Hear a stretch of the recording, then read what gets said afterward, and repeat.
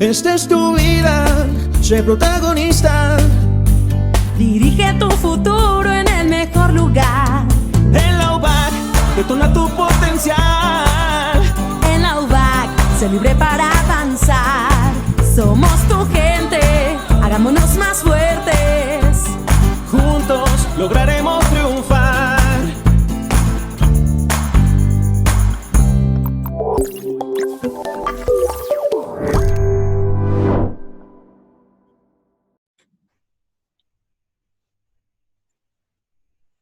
Muy buenas tardes, muchísimas gracias por acompañarnos en esta transmisión especial que la Universidad Vasco de Quiroga y la Coordinación General de Posgrados de la UBAC han preparado para todos ustedes.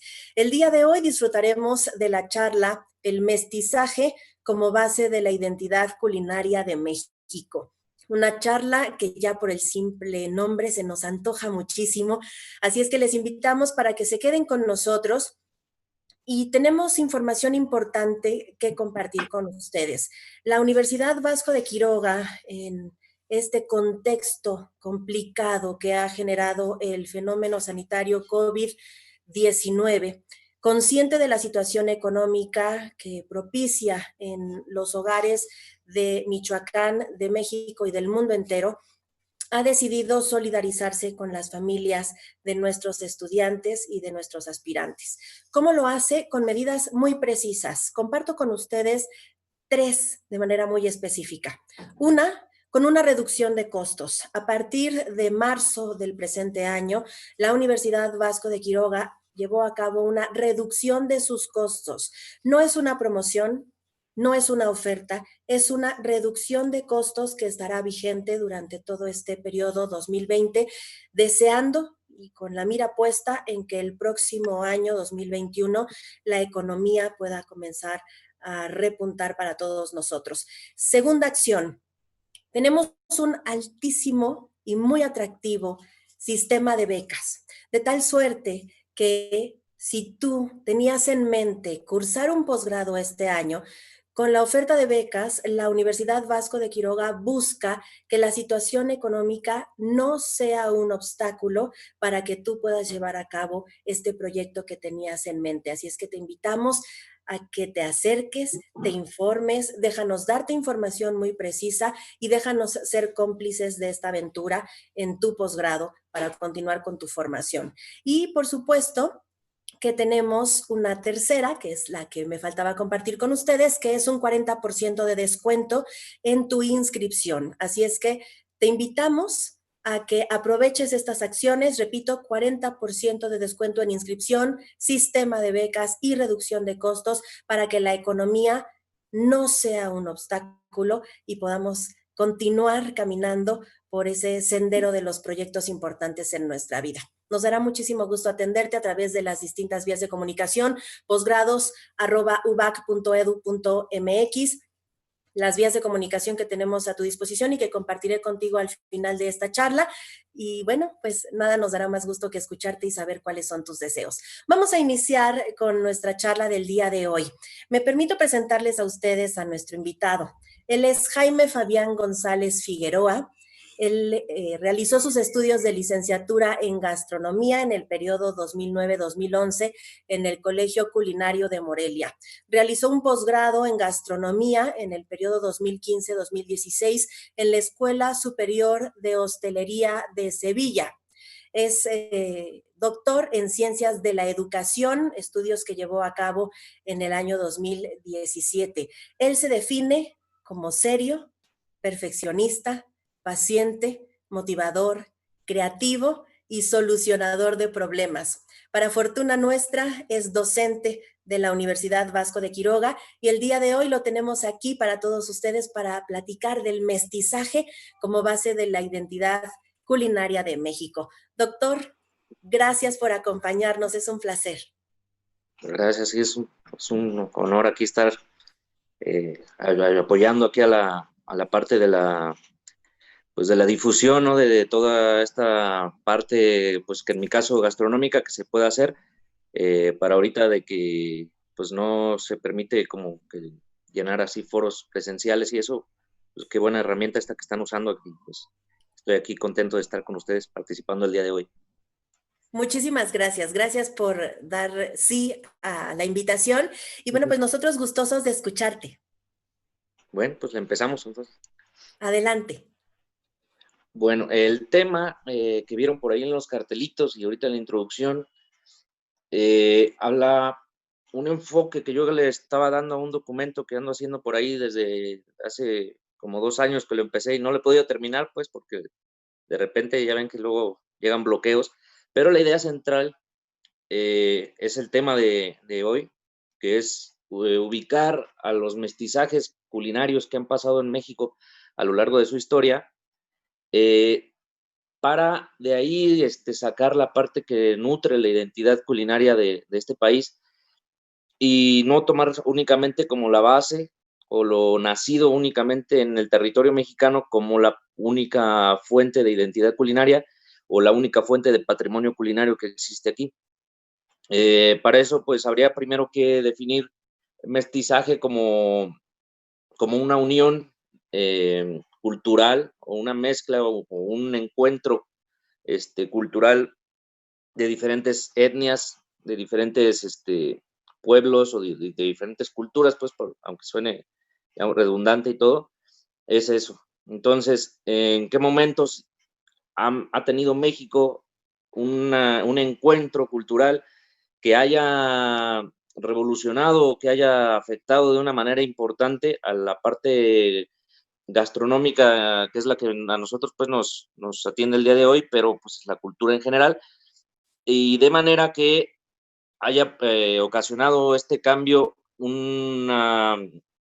como una herramienta o un total, un cúmulo de cosas que al final la gente se los queda tanto o los aprecia tanto que los empieza a meter dentro de su patrimonio y los empieza a heredar a sus generaciones siguientes y se convierte entonces pues en parte de la gastronomía tradicional, de la gastronomía local y es entonces esos pequeños pellizquitos que al final dan como grandes consecuencias, que es lo que vamos a tratar ahora. Primero quiero más o menos como dar ahí una repasada de cómo se formaría un patrimonio culinario o un símbolo de identidad culinaria, empezando porque desde que surge un pueblo, desde que un pueblo se empieza a sentar en un lugar para crearse a sí mismo, mm, generalmente se buscaban como lugares como que tuvieran agua o que tuvieran una fuente de subsistencia, pues, y a partir de ahí ya el pueblo se podía llegar y asentar ahí para vivir. Mm, ¿Por qué? Pues porque obviamente necesitaba recursos para la gente que iba a estar ahí formándose, entonces necesitaba agua cerca, alguna fuente de alimentación, pues donde tener plantas o plantas que ya tuvieran ahí a nivel silvestre y obviamente una fuente de animales o ya pasado el tiempo, pues un espacio como para producir ganadería. Pero siempre, siempre un pueblo se va a fundar o se va a sentar en un nivel inicial en un lugar con recursos. Entonces, esos recursos posteriormente van a darle, obviamente, identidad a ese pueblo. Por ejemplo, si un pueblo tal se establece donde crece el arroz y se dedican al arroz, eventualmente, con el paso de los siglos, ese arroz va a ser parte de la identidad culinaria de ese pueblo. ¿Qué significa la identidad culinaria? Que tú puedas identificar al pueblo a través de su producto. En este caso, pues sería el arroz. Por ejemplo, es bien fácil ubicar a un mexicano a través de un taco, ¿sí? Uno ve el taco y piensa, pum, México.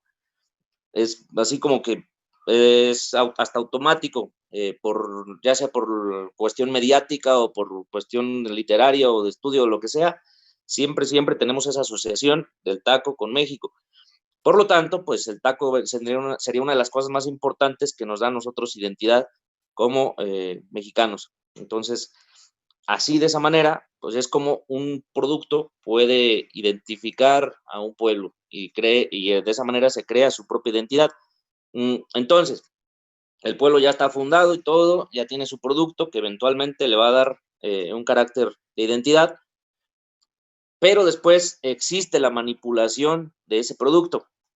digamos, este pueblo que se asentó donde crecía el arroz, a lo mejor hay otros 50 pueblos que también se establecieron en lugares donde crece arroz, pero resulta que de ahí hay que manipular el arroz, pues, para cocinarlo, ¿sí? Hay que aplicarle técnicas de cocción o técnicas culinarias o cualquier proceso que vaya a llevar, técnicas de conservación, lo que sea que el pueblo necesite para su subsistencia y para, pues, todo lo que vaya a ir requiriendo conforme pasa el tiempo. Esa manipulación va a ser diferente, obviamente, de un pueblo a otro. Entonces, la manipulación también va a llevar más aspectos, más elementos para enriquecer ese producto y que sea considerado como una identidad. Esta manipulación, primero, pues hay que tomar en cuenta que el producto que se está manipulando es un producto vivo, es un ser biológico que puede evolucionar. Y si nosotros lo manipulamos desde su nacimiento, durante todo su proceso, es decir, si en el caso de arroz, pues desde que germine, desde el proceso de todo el cultivo y todo, la cosecha, y después manipulamos el producto resultante de una manera culinaria o gastronómica, esa manipulación obviamente va a afectar también a este ser vivo, que en este caso pues sería el arroz. Ya, pues ya nos vamos a dejar el ejemplo del arroz pues, para no salirnos con otro. Entonces, esa manipulación cambia obviamente el producto. ¿Cómo así? Pues si nosotros nos ponemos a pensar, el arroz que utilizan en Japón es bastante diferente al que utilizamos aquí, bastante diferente al que se usa en Italia, diferente al que se usa en España, diferente al que usan los árabes y así. Sin embargo, son lugares donde se usa mucho el arroz. Entonces, ¿cómo llega ese arroz a tener características diferentes? Pues principalmente por la manipulación y después por las características del lugar donde crece. Obviamente, un producto que se alimente de ciertos suelos, de ciertas cosas que tenga el suelo en Japón, pues va a ser diferente a los suelos de Morelos, ¿verdad? Dando un arroz totalmente distinto. Obviamente ambos son buenos y ambos van a necesitar técnicas de manipulación bastante diferentes, ¿sí? Entonces, tú no puedes tratar un arroz Morelos como tratarías un arroz bomba o un arroz basmati o un arroz arbóreo. No se tratan igual porque cada producto creció de una manera diferente de acuerdo a la manipulación que se le dio. Entonces, ahí ya nos da otro aspecto más para añadirle a la identidad. Nosotros podemos identificar a una cultura española a través de una paella, podemos identificar una cultura japonesa a través de un sushi, podemos identificar una cultura italiana a través de un risotto. Y ambos, y digo, bueno, más bien los tres platos que acabo de mencionar son a base de arroz. El protagonista es el arroz, sin embargo, son arroces distintos, producto de la manipulación, con resultados distintos, pero que cada uno le está dando identidad a su pueblo. Va. Después de eso, hay que tomar también en cuenta que la manipulación no siempre, o más bien ahorita en estos tiempos, prácticamente ya no es tanto por necesidad, sino por un rollo de placer.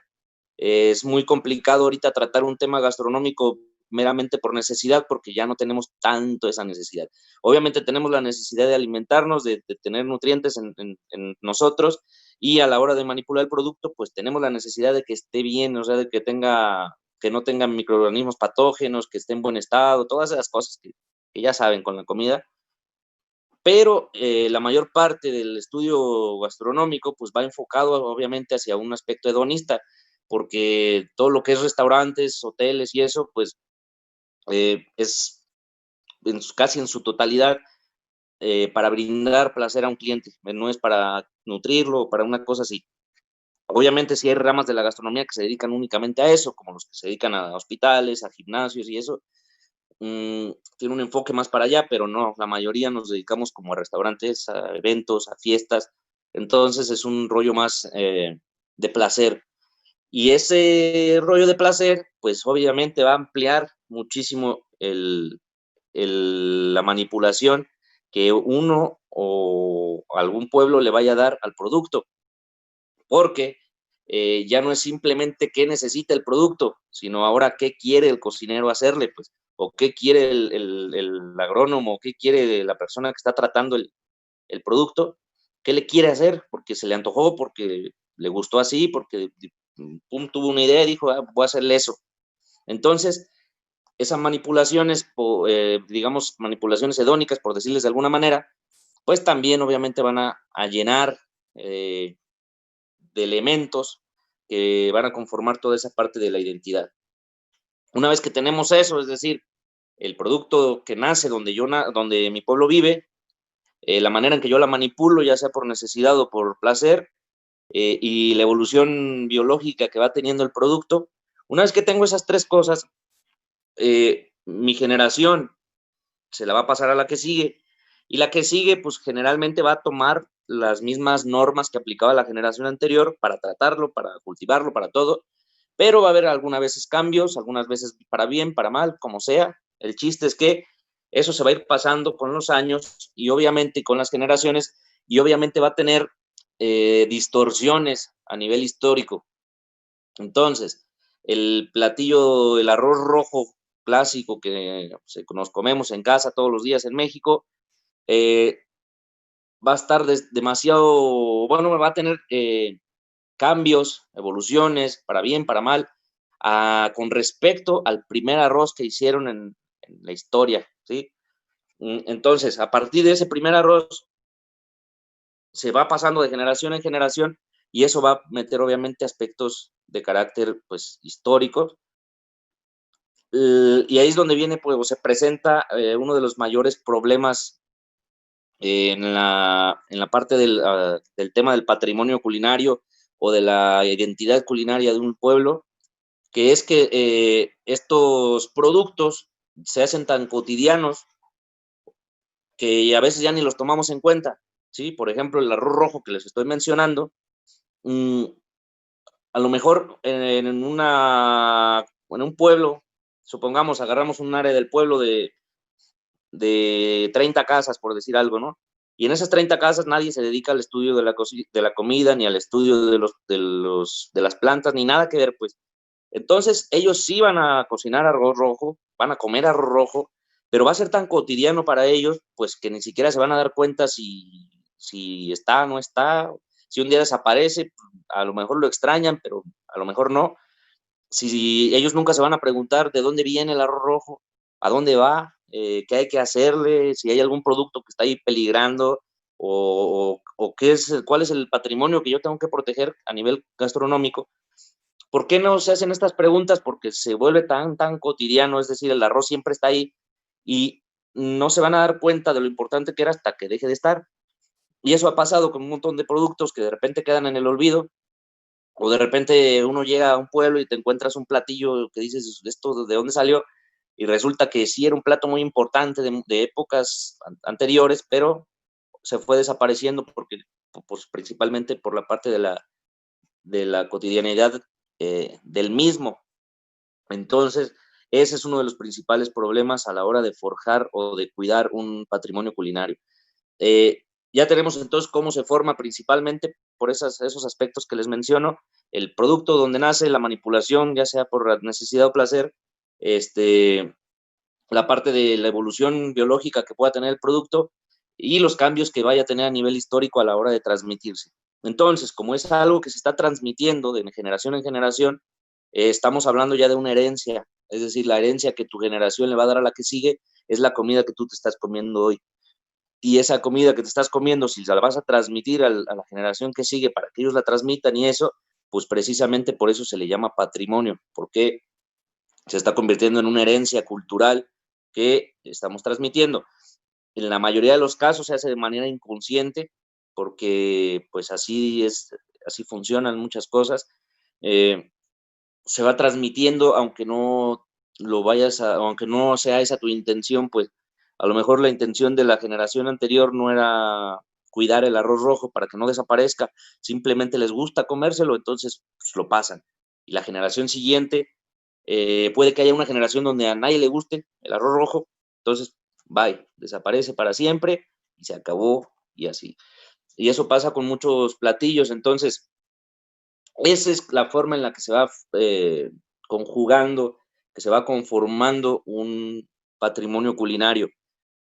Y obviamente este patrimonio culinario, todos sus elementos o la mayoría de ellos nos van a dar identidad. Entonces, esa identidad cultural es como la parte importante del estudio de todo lo que es patrimonio cultural, no solo culinario, sino de la cultura en general. Y el tema entonces es en qué momento esta parte de la identidad tiene mayor fuerza para que yo diga, ese es el elemento de mi identidad culinaria que yo quiero cuidar. ¿A qué me refiero? Por ejemplo, el tamal. El tamal surge, obviamente, de muchos años antes de la conquista española, pero si nos ponemos a pensar, si no tenemos grasas, en el territorio mexicano no existían las grasas, no tenemos ningún tipo de levadura química más que el tequesquite, que no leuda tanto como un royal, y no hay carnes. Entonces, simplemente sería la masa prensada del maíz, ¿sí? Obviamente sin nixtamalizada, porque ya existía la nixtamalización. Con algún relleno, pónganle de un quelite o de algún chile o algunos flores, puede ser un insecto, un pescado, lo que sea, ¿no? Una salsa nada más. Entonces, ese tamal que tenemos prehispánico, si nosotros nos lo comemos hoy, vamos a decir, guácala. ¿Por qué? Porque se va a desboronar, no tiene textura de nada, no tiene aire, está seco, no tiene sabor. Bueno, pero si probamos un tamal de ahora, cambia totalmente para bien. Tenemos el esponjosito, tenemos toda la parte leudada en el interior, los cárnicos, el poder de la manteca de puerco, la manera en que se airea, la levadura mejorada, todo eso. Obviamente el producto es mucho mejor que el que tenemos hoy, al que era inicialmente, ¿verdad? Entonces, a lo que me refiero con el tema de la importancia del mestizaje a la hora de lograr una identidad, es que el autor de textos educativos con referencia a esto no tome como identidad culinaria al tamal prehispánico, sino al tamal de ahora. ¿Por qué? Porque obviamente es mejor. Entonces, sí tenemos que estudiar obviamente el origen, sí estudiamos las posibilidades en que creció. En muchos casos nunca vamos a poder llegar al surgimiento ni al creador, pero pues más o menos plantearlo en algún espacio geográfico, en una línea del tiempo, pero únicamente para estudio, no para reproducción. Si nosotros queremos reproducir el tamal prehispánico como parte de nuestra identidad, la verdad es que ahí ya no estamos haciendo bien, porque el tamal que nos está dando identidad es el tamal de ahora. Es un producto que mejoró, ¿sí? Precisamente porque sufrió un mestizaje. En este caso, pues el mestizaje de la conjugación con los europeos. Les comentaba al inicio que el mestizaje lo podemos definir como un choque, como un encuentro cultural entre etnias diferentes. Entonces, en este caso, este tamal sufrió la parte del mestizaje con los europeos y después de la parte industrial a la hora de añadir levaduras químicas, y obviamente es mejor. Entonces, desde el punto de vista histórico, pues sí, cuidar en qué punto del mestizaje yo me tengo que ubicar para que mi producto sea el más óptimo para conformar el patrimonio culinario que a mí me dé identidad como, en este caso, como mexicano, pues. Eh, a nivel, obviamente, nutricional, a nivel higiénico, a nivel conceptual, pues obviamente puedes tomar muchos conceptos diferentes. Por ejemplo, podrías decir es que es más sano el uso del tequesquite que el uso de una levadura química. Pues sí, entonces el producto es mejor cuando tiene una levadura química. Ahora, echamos por ahí en una balanza, pues qué tanto es el daño que ocasiona una levadura química con referencia a un tequesquite como para que yo tenga que eliminar o cancelar el tamal de ahora por su levadura que utiliza. Entonces, en este caso, pues no aplica, ¿verdad? Porque no es como que significativo la diferencia de daño que te pueda causar una levadura química con respecto a un tequesquite. Pero supongamos que estamos añadiendo un químico más fuerte, entonces pues ahí sí estaríamos obviamente dañando la parte del patrimonio y eso es algo que no queremos. En este ejemplo que les puse del tamal, es una consecuencia positiva del mestizaje, pero también existen obviamente las consecuencias negativas, como es el caso de los famosos Taco Bell. Gracias a a todo el cielo de que aquí en donde vivo yo, en Michoacán, no hay Taco Bell, o si luego hay por ahí, de repente nadie le gusta, porque no es parte de nuestra cultura, pero en toda la zona fronteriza, incluso desde Sinaloa, pues hasta de Sinaloa hacia arriba, eh, existe el Taco Bell. El Taco Bell es imagínense un taco, pero en vez de tortilla es un dorito y está así doblado firme, crujiente, como una tostada así doblada, y lo rellenan con cosas como lechuga, mayonesa, crema, picadillo, y lo presentan como taco mexicano. Entonces, pues obviamente eso no es un taco digno, pues, ¿no? De formar parte de nuestro patrimonio. Sí es una empresa que vende mucho y sí a mucha gente les gusta, pues, y obviamente yo no digo que no lo coman nunca o que así no, pero estar conscientes de que eso no puede formar parte de, o no puede ser el taco representativo de México. Sí le podríamos llamar de otra forma, pues, ¿no? Una botanita de otra cosa, pero así como decir los tacos esos son, o de que a la hora de que nosotros estemos seleccionando qué, eh, qué punto histórico del taco yo tengo que extraer para aplicarlo a mi estudio, para cuidarlo, para que forme parte de mi patrimonio culinario, pues yo jamás voy a agarrar el Taco Bell como el ejemplo, como el estandarte de los tacos de México, pues porque no. Entonces, en ese caso, el mestizaje que le pasó al taco para convertirse en un Taco Bell, obviamente fue muy malo, pues fue un mestizaje muy negativo. Eh, y pues bueno, en este caso se canceló, pues, o sea, como les digo, en la mayor parte del país no se acepta el Taco Bell o nunca cambiarías un Taco Bell por un taco de la calle, así, de los buenos. Entonces, bueno, en este caso no pasó, pero ¿qué pasaría si toda la gente o la mayor parte de la gente de México prefiriera el Taco Bell a un taco del que conocemos y de repente nuestros tacos o sea, llegaran al peligro de la extinción o de repente así se desaparecían pues totalmente de nuestra historia y solo nos quedáramos con el Taco Bell? Entonces, sería un mundo muy triste, pues, porque así como lo estamos planteando, sería una cosa trágica, triste, fea, apocalíptica, pero eso es lo que pasa realmente con muchas cosas. Y muchas cosas que ni nos damos cuenta, pues de repente dices, ay, ¿te acuerdas de la sopa aquella que existía ahí en el pueblo? Pues ya dije, sí, cierto, ya hace como 20 años que no lo como, ya nadie sabe cómo se hace. ¿Por qué? Porque de repente desapareció, nadie se pasó la receta, nadie se preocupó por ella porque era tan cotidiana que ni se dieron cuenta que la desapareció y la sustituyó un producto que por el mestizaje mal empleado, pues llegó en su lugar y ahora pues tenemos algo mal ahí clavado en nuestra parte de patrimonio culinario y pues esas son las áreas que hay que cuidar, ¿no? En este estudio a la hora de situarnos en una línea histórica.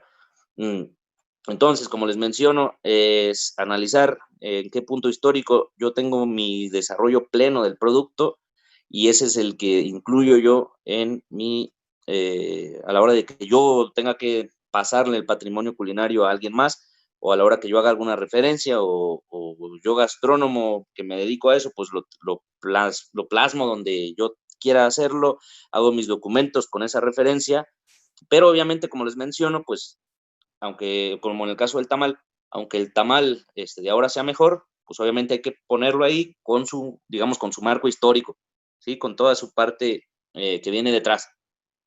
Y obviamente en el caso de un mestizaje negativo, como el caso de los tacos para Taco Bell, pues ahí sí, yo no les digo nada si lo pierden, pues, o sea, si se extingue el Taco Bell, la mayoría de los gastrónomos mexicanos, la verdad diríamos, ok, se extinguió el Taco Bell, X, pero no podría pasar obviamente con otro producto que cuidemos ahí nosotros, ¿no?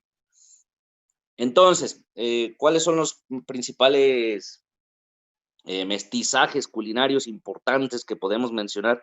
Obviamente va a haber muchos, pero sí podemos como resumirlo en unos cuantos nada más. Digamos que el primer mestizaje sería como un mestizaje local, generalmente hoy cuando pensamos así como en el México prehispánico y nos ponemos a ubicar culturas de antes de que llegaran los españoles acá, y de repente empezamos a pensar en mayas, mexicas, mixtecas, zapotecas, olmecas, y eh, lo planteamos como un conjunto, como un total, como si fuera México, pues, pero eso no lo podemos hacer porque estos pueblos ni siquiera hablaban el mismo idioma, ni siquiera vivían juntos. Eh, Hay pueblos que ni siquiera se conocieron, pues, como, imagínense, por ejemplo, los olmecas con los purépechas tienen una diferencia enorme de siglos y una distancia geográfica totalmente, o sea, ellos ni siquiera sabían de la existencia uno de otro, no convivieron, no tenían nada, pues. Sí estaban en lo que hoy es México, pero en aquel entonces no existía esa división política de México. Entonces estaríamos hablando como de pequeños países, por así llamarlo, pues, ¿no? Pequeños países, digamos que el país de los mexicas y el país de los purépechas y el país de los totonacos que vivieron en la misma época con Tlaxcala, con los zapotecas. Entonces, ahí serían como pequeños países que después se unieron para conformar México. Pero en aquel entonces, pues no, cada quien tenía su rollo, cada quien era su cultura y todo. Obviamente comparten cosas como el asunto del maíz. Si se acuerdan, al inicio dijimos que cuando un pueblo surge, se establece en un espacio geográfico eh, donde va a haber productos que crezcan, que nazcan, y este producto principal en la zona de México, pues es el maíz, en toda América. Entonces, obviamente todos estos pueblos pues van a consumir el maíz. ¿Por qué? Pues porque es lo que había donde ellos se pusieron. Y obviamente va a haber cosas como comunes, ¿no?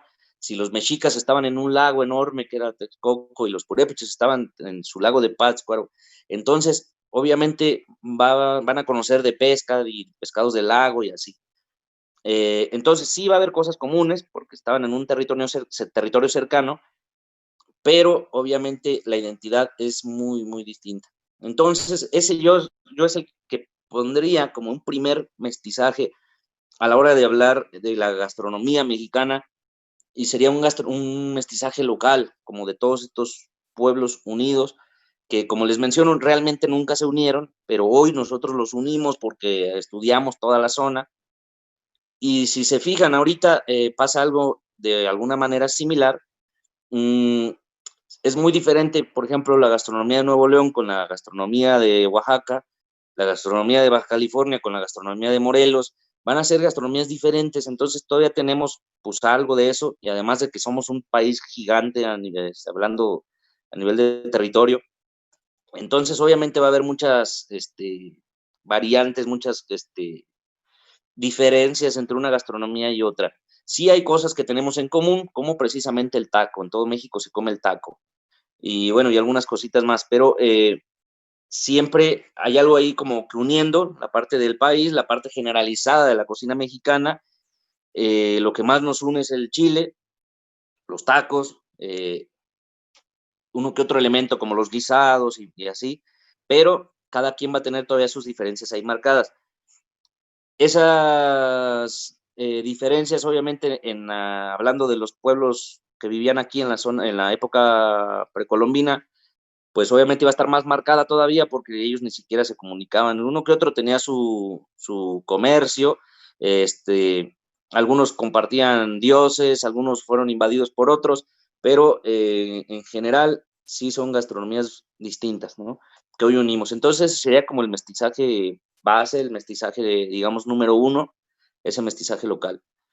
Después el mestizaje siguiente sería como el más grande, el mestizaje más importante, que es, pues obviamente cuando los españoles vienen y conquistan, eh, ellos son los conquistadores, entonces ellos se van a mudar para acá, porque es un país rico en territorio, en cosas que había, entonces mucha gente se quiere venir a vivir aquí, pero esta gente viene obviamente en calidad de conquistador, entonces ellos no iban a cambiar sus hábitos alimenticios para ajustarlos a los que había aquí, entonces ellos acostumbrados a todos los días comer pan, vino y aceite, y llegan aquí, no existe el pan, ni el vino, ni el aceite, pues obviamente lo van a traer de allá y lo van a querer producir aquí.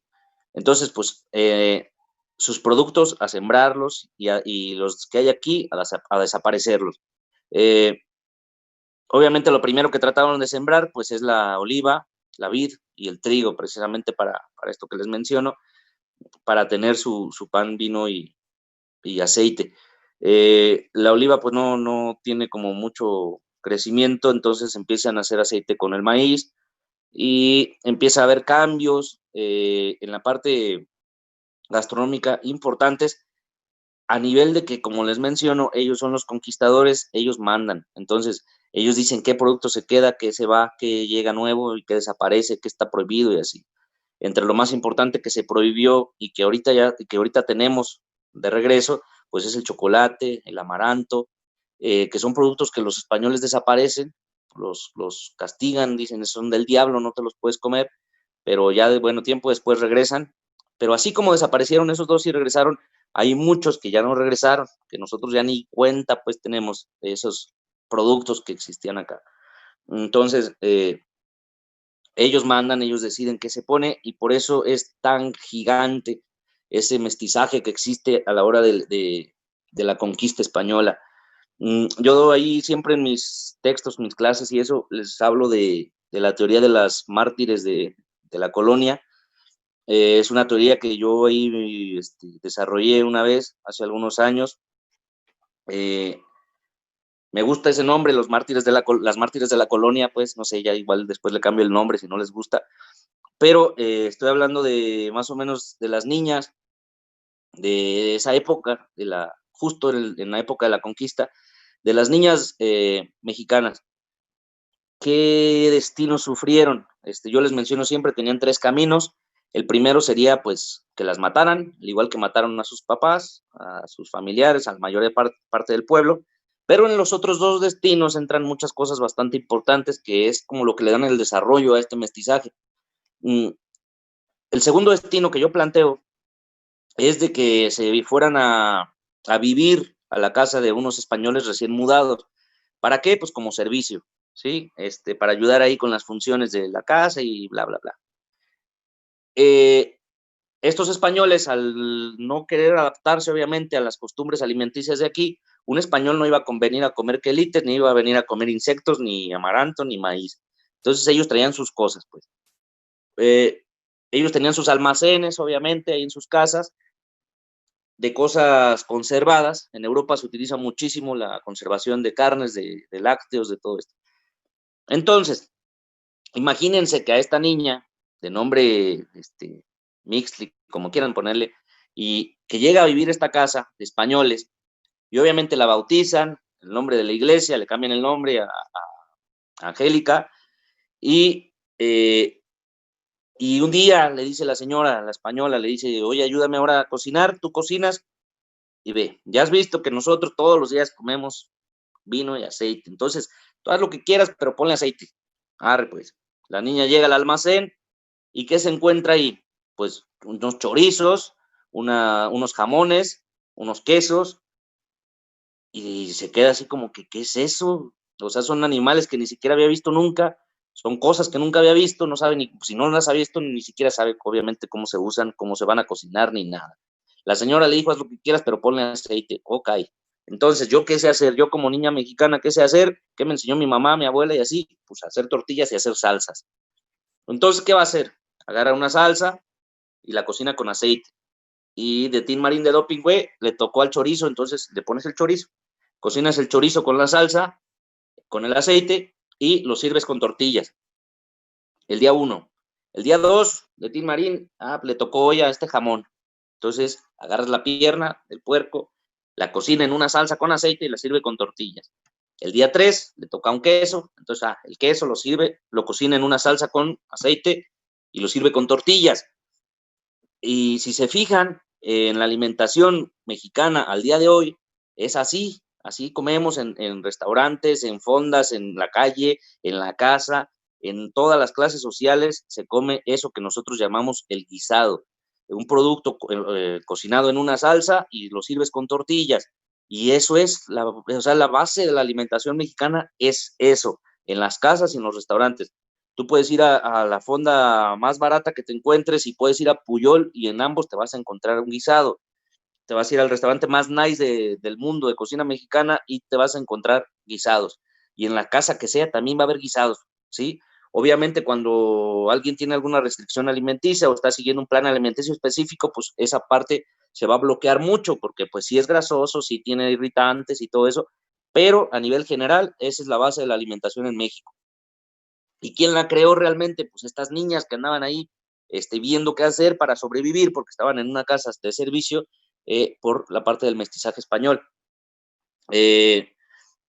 Estas niñas también de repente agarran sus tortillas y las empiezan a echar al aceite y empiezan a crear lo que nosotros conocemos como una garnacha. De repente esta niña le habla a la vecina y le dice, oye, que te fijaste, si agarras la tortilla, le echas al aceite y queda más buena. Ah, yo hago lo mismo, pero le doy forma de bola y les llamo gorditas. Y tengo otra vecina que le da forma de guarache y le llama guaraches. Y así. Entonces surge la parte de la garnacha. Y la parte de la garnacha resulta que se convierte hoy, al día de hoy, en la parte más importante de la gastronomía urbana, de la gastronomía de la calle, de todo el país. En todo el país las calles están atiborradas de garnachas. Y también, ¿quién las inventó? Pues estas pobres niñas que están ahí sufriendo en la casa de los españoles. Entonces, pues sí, son las mártires de la colonia porque ellas obviamente sufrieron mucho, abusos y aparte su familia la mataron, su pueblo lo desaparecieron, les cambiaron la religión, les cambiaron el nombre, no sabían qué hacer, pero pues gracias a ellas tenemos la cocina que tenemos hoy, ¿sí? Si se fijaron con ese ejemplo tan chiquito, ya nos dimos cuenta que la alimentación de la casa y la alimentación de la calle de todo México se debe a estas pobres niñas que estaban ahí sufriendo. Y el tercer destino que yo les planteo de estas niñas es que se iban a un convento. Obviamente la iglesia tenía que evangelizar todo el territorio, pero si nos ponemos a pensar, o sea, los españoles y toda América, entonces, ¿cómo le iban a hacer para evangelizar toda América? Pues necesitaban un ejército de la iglesia, es decir, personas entrenadas en el nombre de Dios para poder llevar la palabra y para educar a más gente. Entonces, pues, empezaron a surgir pues, los monasterios, los conventos, todas estas casas de oración, casas de conversión y eso. Entonces, muchas de estas niñas era su tercer posible destino, irse a vivir a un convento, convertirse después en una monja. Estas niñas, pues obviamente tenían ahí en su convento su vaquita para la leche, sus gallinas para sacar huevo y sus arbolitos, su huerta de frutas. Y la gente les daba, pues obviamente, donaciones, ¿no? La gente, ¿qué es lo que dona? Pues lo que te sobra, ¿verdad? Y si estamos hablando de principios de 1600, ¿qué sobraba en América? Pues el azúcar. Los españoles vinieron, se apoderaron del Caribe, trajeron el producto que era la caña de azúcar a ver si se daba, porque en Europa casi no se daba, y pum, se atasca de caña. Entonces dicen, ¿ahora quién lo va a producir? Ah, pues róbate unos negros ahí de África. Van a África, se roban unos negros, los traen al Caribe, y entonces en una tierra robada, con personas robadas y con un producto robado, empiezan a hacerse ricos vendiendo azúcar. Pero bueno, todo ese azúcar que había además, pues iba a parar ¿a dónde? A los conventos. Y obviamente si no se tenía conocimiento del producto, pues mucho menos de los daños que podía causar. Entonces estas señoras, estas niñas, las futuras monjas, pues todo el día comían de sus frutas, de su leche, de su huevo y del azúcar, ¿sí? Y con toda esta caña que sobraba, pues también se empiezan a producir alcohol.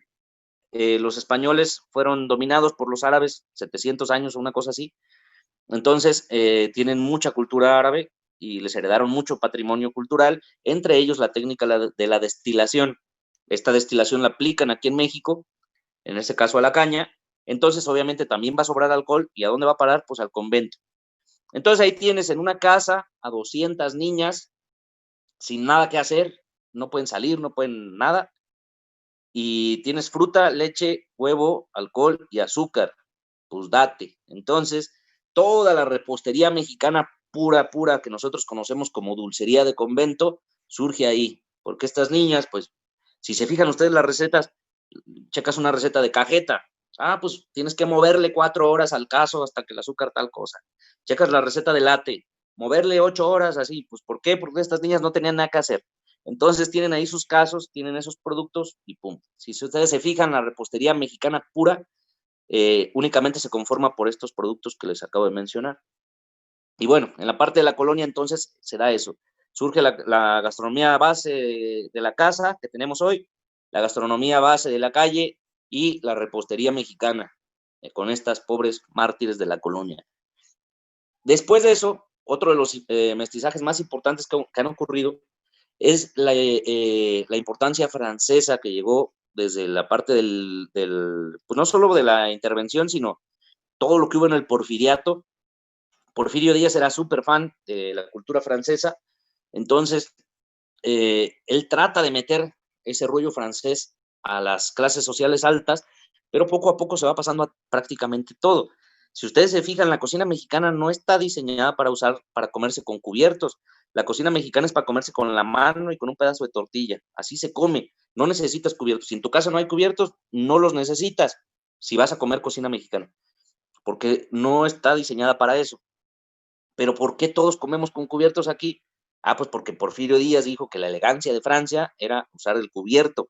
Entonces eso se fue pasando poco a poco en el patrimonio culinario y cultural, y ya todos usamos cubiertos. En la mayoría de las casas, hasta hace unos 15 años, tenía que haber un mantel en la mesa. Si podías llegar a la casa así más humilde y te encontrabas el clásico mantel de plástico con piñas, podías llegar a la casa más nice y te encontrabas el mantel con bordados a mano y cosas así ya más exóticas, pero siempre había un mantel en la mesa. Y ese mantel también es porque Porfirio Díaz dijo que la elegancia de Francia era que nuestras mesas tuvieran manteles. Ya hoy, pues, la tendencia es no usar mantel, entonces hoy pasa al revés, ¿no? La zona nice, las personas que tienen como más recurso para gastar en modas, pues ya no tienen manteles en sus mesas, y en las zonas como más populares siguen encontrando por ahí mantelería, pero es muy común, y es por la parte de Porfirio Díaz.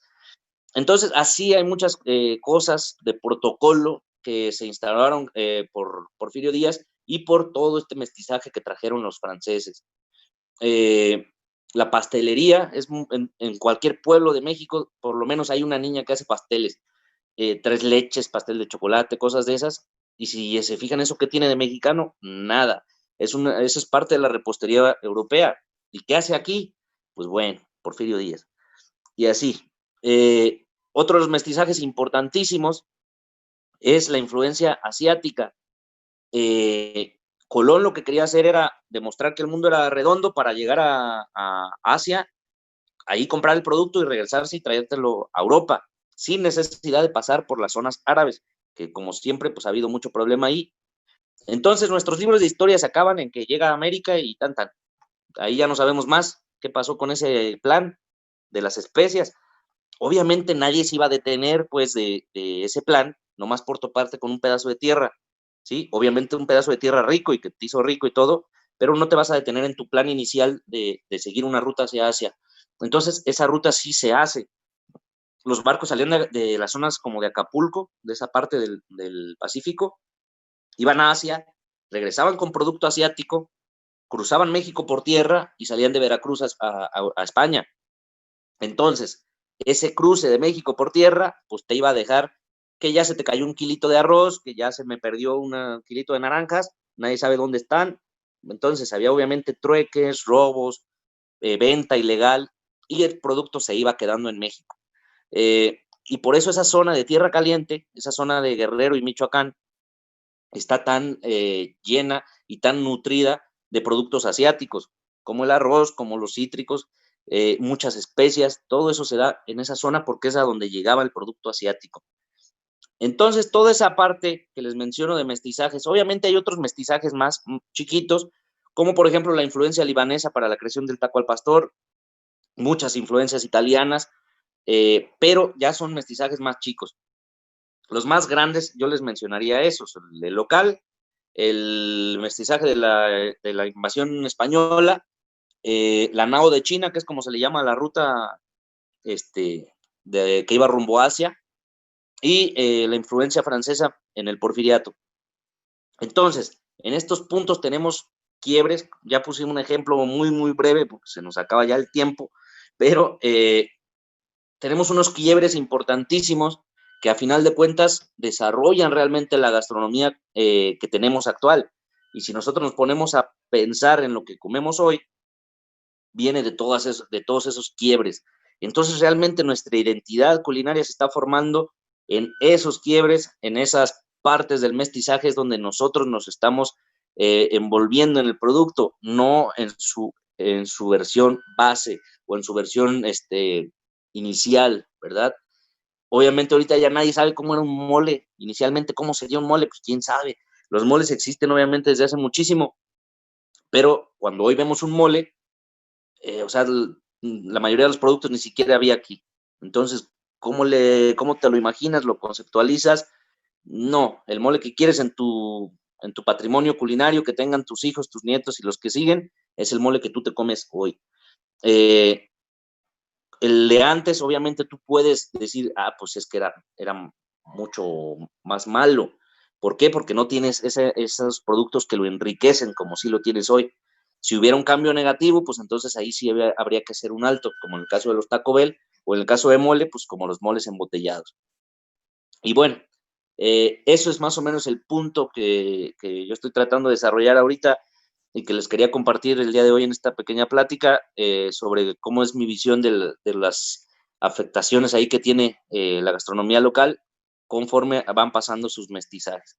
No sé si alguien tiene por ahí alguna pregunta o algo que me hagan. Muchísimas gracias, chef. De verdad que ha sido de mucho antojo escucharte cuando hablabas del arroz y de los diferentes tipos de arroz. Yo creo que difícilmente alguno de nosotros no pudo evitar pensar en ese arroz de las abuelitas que tanto nos gustaba y que sin duda pues forma parte de esta historia y esta evolución que tanto nos comentas. Vamos a iniciar con una breve sesión de preguntas y respuestas. Nos consultan. ¿Es el maíz el producto más importante en la identidad culinaria de México? ¿Qué opinas? No. La mayoría de los libros de cocina mexicana plantean al maíz como el ingrediente principal de la identidad culinaria de México. Incluso mencionan mucho que la tríada del maíz, el frijol y el chile. Pero no. Yo lo planteo como que sí es el producto alimenticio más importante, y no solo de México, sino de toda América, porque es la base de la alimentación humana y de los animales también, pero no es el producto que nos da identidad a nosotros como mexicanos. Entonces, ya cuando le ponemos la palabra identidad, ya no es el maíz, es el chile. Toda América come maíz, y sí muchos países comen chile, e incluso los fuera de América también se come el chile, pero nadie lo come como nosotros. Nosotros lo comemos todos los días y en todo. Tenemos bebidas de chile, dulces de chile para niños, tenemos postres con chile y chile en todos lados. Y si se fijan, toda la cocina mexicana es húmeda. Nosotros no tenemos un plato que no sea húmedo, pues nos gusta que esté así muy húmedo, con mucho líquido. Entonces, la mayoría de nuestros productos tiene salsas, y a veces no una nomás, a veces le ponemos 4 o 5 salsas, y esas salsas siempre tienen chile, pues. O sea, son poquitas las salsas mexicanas puras que no tienen chile. Pero algo que luego la gente no entiende es que nosotros no comemos chile para picar, para tener ese picor en la boca, pues. O sea, no somos masoquistas, pues no estamos como enchilándonos porque sí, sino que lo que buscamos es todos esos sabores y aportes que tienen los chiles en nuestra comida. Y obviamente, a la hora de ubicar a un mexicano, lo ubican o por los chiles o por los tacos. Esa es como la bandera de nosotros, no el maíz. Entonces, por eso a la hora de hablar de identidad, yo prefiero hablar sobre el chile. Perfecto. Tenemos otra pregunta. Te consultan, ¿cuál es el mestizaje que tiene más impacto en la estructuración de la cocina mexicana? Yo les mencionaba el mestizaje obviamente español, por la parte de las mártires de la colonia. Los españoles traían mucha cultura árabe y nos dejaron muchas cosas y muchas se llevaron, y sí, culturalmente el cambio fue muy brusco, sí nos desaparecieron muchísimo material que ahorita pues estaríamos bastante orgullosos de poseer, todo el material cultural de estas culturas. pero a nivel gastronómico, la cocina mexicana realmente se forja ahí, con esas niñas que les acabo de contar, de esas tres maneras, de las que hacían las garnachas, de las que hacían los guisados y de las que hacían los dulces. Entonces, ese para mí es el mestizaje más importante y por esas razones que les acabo de mencionar. Como les digo, yo esa teoría ahí se me ocurrió un día, entonces la fui desarrollando poco a poco ahí con los años y le llamo así, pues, las mártires de la colonia, pero bueno, ahí como, como ustedes le quieran llamar. Ujú. Bien, en tu opinión, chef, ¿cuál Ujú. es el platillo al que tendríamos que hacerle honor y cuidar que permanezca en la historia? El platillo mexicano, obviamente, al que Ajá. tendríamos que hacerle honor y transmitir de generación en generación para que no se pierda. Hay muchos, es que a la hora de yo hablar como del más complejo, del platillo mexicano con más complejidad, que puede ser el estandarte de la cocina mexicana en cualquier parte del mundo, y cuando yo voy a cocinar a otros países siempre hago es el mole. No el mole poblano, a mí el mole poblano no me gusta. Hay miles de moles, pues incluso en Michoacán hay muchos moles que aquí les llamamos atápacuas o chandúcatas, eh, pero el mole es tan complejo, pues tiene mucha complejidad, ¿verdad? Pero el mole ya está súper bien posicionado, pues. Sí hay muchos moles que de repente pueden peligrar así como de perderse, sobre todo por sus ingredientes, como el caso de los moles oaxaqueños, que se hacen con unos chiles que se llaman chilhuacles y que poco a poco, o sea, ya estaban en peligro de extinción. Ahorita poco a poco se agarraron famita, entonces ya hay más gente que los protege, pero llegaron a estar así a punto de extinguirse. Entonces, el mole es como ese plato que es como para mí el más importante o con el que puedes tú mostrar tu comida en otros lados, pero ahí también va a depender mucho de las partes del cocinero. Eh, bueno, uno de mis platos favoritos de Michoacán son las carnitas, entonces igual yo sé que en la mayoría, o sea, cuando voy a cocinar a otro país, yo sé que va a haber puerco y que va a haber manteca y sal, entonces yo sé que puedo hacer carnitas. En muchos lados sí le he batallado por el tipo de manteca, porque en muchos lados primero la cocinan o luego hasta le ponen especias, pero siempre hago carnitas porque es un plato que a mí me gusta mucho y que yo sé que a la gente le va a gustar y además que lo pueden hacer en el país donde estén. Eh, pero pues bueno, es un plato de puerco, o sea, es puerco con su manteca y hecho en un caso y no tiene realmente nada de mexicano, pues, en su origen, pero ahorita obviamente forma parte de la identidad culinaria de Michoacán, a ser yo creo que el plato más importante de la cocina michoacana. Pero también existe algo ahí, si yo dijera, yo así como yo, Fabián, ¿cuál es el plato que más me gustaría cuidar, que no desapareciera nunca? Para mi gusto sería el churipo. Es un plato muy ceremonioso, que sí corre riesgo porque no lo conocen más que en la zona purépecha, eh, y que además es muy bueno, es un plato bastante bueno, que tiene un producto que está a punto de desaparecer, que es la col de árbol.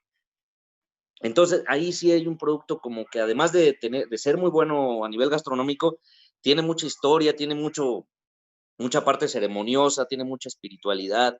Entonces, es un plato que sí habría que cuidar bastante. Eh, no siempre hago yo churipos en otros lados porque de repente siento que al churipo no le gustaría, pues, el churipo es un plato que se utiliza para celebraciones, para celebrar, para fiestas purépechas. Entonces, así como que yo, por ejemplo, lo haga en un banquete en Chile, por ejemplo, pues de repente digo, no. A veces sí hago corundas, pero no churipos.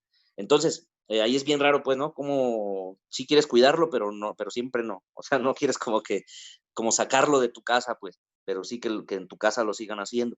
Ese es como en el caso del churipo. Entonces, pues más o menos por ahí. Cuidarlo, tenerlo en casa y darle su valor también, sin duda, qué bonito. Exactamente, Chef, nos exactamente. preguntan, el proceso de nixtamalizar, que hablabas Ajá. de él en tu charla, nos consultan en qué categoría entra y si también forma parte de la identidad culinaria de este país. Ujú. De hecho, yo considero que la nixtamalización es el avance tecnológico más importante que se ha hecho en México. Eh, tiene muchos años, o sea, miles de años que descubrieron o inventaron la nixtamalización, pero es que el maíz, cada granito de maíz tiene una cobertura de tiene una pequeña telita hecha de hemicelulosa y pectina y otras cosillas, pero principalmente hemicelulosa y pectina. Eso hace que cuando tú te comas un maíz no lo vas a poder digerir, o sea, tus ácidos no le van a hacer nada, el maíz va a salir entero. Por eso de repente cuando comemos elote, luego andamos ahí sacando un grano. Bueno, ya se puso feo esto, pero bueno, el maíz entonces tiene esa peculiaridad, tiene esa capita que es imposible de digerir. Y para disolver esa capa necesitas un líquido alcalinizado que tenga una concentración de calcio y de potasio para que esa pectina y esa hemicelulosa se disuelva y ya tú te puedas comer el maíz. Entonces, si nosotros estamos poniéndonos, imagínense, hace 7,000 años, ¿cómo le hace? O sea, ¿cómo alguien descubre que necesitas un líquido alcalino con presencia de calcio y de potasio para poder diluir esa pequeña telita y que te puedas comer el maíz? Y a tal grado de lograr que el maíz se vuelva el alimento principal del continente, entonces es impresionante, pues, de qué manera tú haces, ¿no? O cómo le haces para descubrir eso, pues. Entonces, ese avance a mí se me hace muy importante, muy impresionante, obviamente se me hace casi imposible así como de decir, güey, ¿cómo lo hicieron? Porque pues si no tenías que hacer tu harina de maíz como hacían en Europa con otros cereales, ¿no? O como se hacía aquí en América, pero una vez que entra la nixtamalización, pues es cuando el maíz realmente tiene su presencia en todos lados. Y obviamente sí forma parte de la identidad culinaria. A mí me ha pasado en otros lados de que yo quería hacer tamales o quería hacer tortillas y pues resulta que no hay la masa nixtamalizada, entonces me tocaba a mí hacer la nixtamalización nuevamente, pero en algunos países, por ejemplo, no tenemos cal viva, entonces ya aplico la ceniza, que obviamente en todos lados hay ceniza, eh, pero sí también es parte de la identidad culinaria del mexicano. Hace 2, 3 días, bueno, tenía un roomie colombiano y se fue a Colombia hace como 2, 3 semanas. Y hace como 2 días me preguntaba que estaba haciendo tortillas y no le salían. Pues le digo, güey, pues si checa la masa, la harina que estás usando de allá, pues si son maíces no nixtamalizados, te va a dar un resultado muy feo. Eh, entonces cambia muchísimo, pues sí, de repente no nos ponemos a pensar en la parte de la nixtamalización, pero sí es súper importante. ¿Por qué? Pues porque la presencia de la masa está en todos lados. Algo que yo les mencionaba mucho a los alumnos de acá de UAC es de que yo considero que el taco es casi omnipresente en la cocina mexicana. Si no haces el taco así formado como tal, ya sea doblado o enrollado, arrancas un pedacito de tortilla y te lo comes así, o un tipo de garnacha. El chiste es que siempre está de alguna manera, construido o deconstruido, siempre anda por ahí el taco, escondido o presente, siempre está el taco presente ahí. Entonces, si el taco siempre está presente y el taco está hecho de una masa nixtamalizada, quiere decir que la nixtamalización también está ahí presente siempre, pues. Y es una técnica bien anónima porque mucha gente no sabe ni siquiera que existe, pues, porque en la mayoría, bueno, en todas las colonias hay tortillerías, entonces la gente no tiene ya necesidad de hacer la nixtamalización en su casa y por eso luego mucha gente no sabe ni que existe, pero pues está presente, pues. Es como un héroe anónimo ahí. Uh-huh. Claro. Y para cerrar esta sesión de preguntas y respuestas, Chef, nos consultan tu opinión acerca del trabajo que se realiza con las cocineras tradicionales. Pues la idea era buena. Obviamente el fomento de la cocina tradicional es importantísimo. Yo por ahí tengo un texto que habla de la posibilidad de implementar un modelo educativo enfocado únicamente en la cocina tradicional. Es decir, que tú puedas tener tu licenciatura en cocina tradicional, así como se hizo con la música en el Conservatorio Purépecha, ahí en Herón Garícuaro, que se estudia la música purépecha a nivel profesional. Entonces, eso también lo podríamos hacer con la cocina. Pero bueno, la idea era buena porque era tomar todas esas cocineras que estaban escondidas, anónimas, presentarlas en un foro y que la gente conozca su comida y las conozca a ellas. El problema es que después pues empieza a meter la política y empiezan a hacer rockstars a estas señoras y luego otras querían también salir y ya no podían. y bueno, se hizo mucho problema. Por ahí algún tiempo yo participé en un evento con un grupo de cocineras tradicionales que eran como la oposición de las cocineras tradicionales famosas. Entonces decían, estas cocineras decían, pues si nosotros cocinamos mejor, pero como ellas ya tienen la fama, a todos los eventos nomás son ellas, y a nosotros nunca nos dan el foro ni la oportunidad de salir. Entonces, lo que inicialmente era una ventana, una muestra de la cocina mexicana tradicional, pues se vuelve elitista, agarras 2, 3 señoras, las haces rockstars y solamente a ellas, y y además, pues, toda la parte política, pues, porque los eventos ya eran para mostrar, tal campaña, o ya había, como otras ahí, cuestiones que ya no eran puramente el fomento gastronómico. Entonces, pues sí empezó a caer a nivel conceptual. Y después, pues, porque por alguna extraña razón, había como 5 eventos al año de cocineras tradicionales, y y en muchos casos eran las mismas, pues, o la misma muestra y todo. Entonces, pues, la gente se empieza a cansar también de esa parte, y por no buscar otras personas que cocinen, o por no ahondar más en la parte cultural de esto, pues, se vuelve algo que al final ya no funciona como debía funcionar. Obviamente sí hay mucha venta, hay mucha cosa, buena con respecto a eso, y el fomento obviamente es importantísimo porque, pues, así es como la gente necesita conocer de estas cosas, pero, de repente se distorsiona el objetivo inicial y se convierte en algo que no queríamos. Por ahí hay algunos libros también, que han salido de cocina tradicional hechas a partir de cocineras tradicionales, pero, pues, también pasan muchas cosas de que luego otra cocinera dice: "Es que esa receta era mía", y sale el nombre de ella, o de repente que a alguna cocinera no le pagaron nada, y a otra sí. Entonces, hay muchas cosas ahí que están, complicadas. Sí habría que como que poner más, énfasis en realmente cuál es el objetivo, y es la difusión cultural y el cuidado del patrimonio, ¿sí? Entonces, sobre eso sí, pero ya cuando vienen otras cosas, ya dinero y eso ya se vuelve feo. Sin duda. Chef, Ujú. pues de esta manera llegamos al final de nuestra charla del día de hoy. Te agradecemos muchísimo que hayas abierto un espacio en la agenda para platicar con nosotros, para conocer de estos temas que quizás no conocemos a profundidad mucho, pero que caminamos junto con ellos, lo vivimos todos los días. Ya lo mencionabas tú, cada que llevamos a la mesa un platillo, pues traemos arrastrando historias y creaciones y evolución.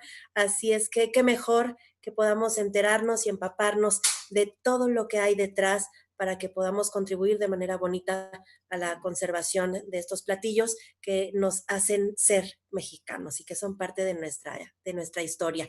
Chef, muchísimas gracias. No, gracias a ustedes aquí por la invitación y por el foro y todo. Y ojalá que podamos tener después otro ratito así. Que sea la primera Estamos de fuera. muchas. Exactamente. Y ahorita seguramente todos vamos a cenar porque estamos muy antojados. Así es que muchísimas gracias, un fuerte abrazo. Gracias Igualmente. por acompañarnos. Gracias a todos ustedes que han seguido esta transmisión a través de las redes sociales de la Universidad Vasco de Quiroga. Les invitamos a estar muy pendientes de las demás actividades. Recuerden que el área de posgrados tiene para ustedes ofertas interesantes. Hay un abanico muy amplio, independientemente del área de conocimiento a la que se dediquen, no solamente a la cocina y a la alta gerencia, como es el tema que nos ocupa hoy, sino también en el ámbito del derecho, de la nutrición, de los negocios, de la cultura física y deporte. En fin, acérquense, conozcan la oferta y déjennos acercar a ustedes todos los beneficios económicos que este año la universidad implementa en apoyo de la economía. Gracias a todos, muy buena noche. Recuerden que en la UBAC somos profesionistas que mueven al mundo. Hasta la próxima.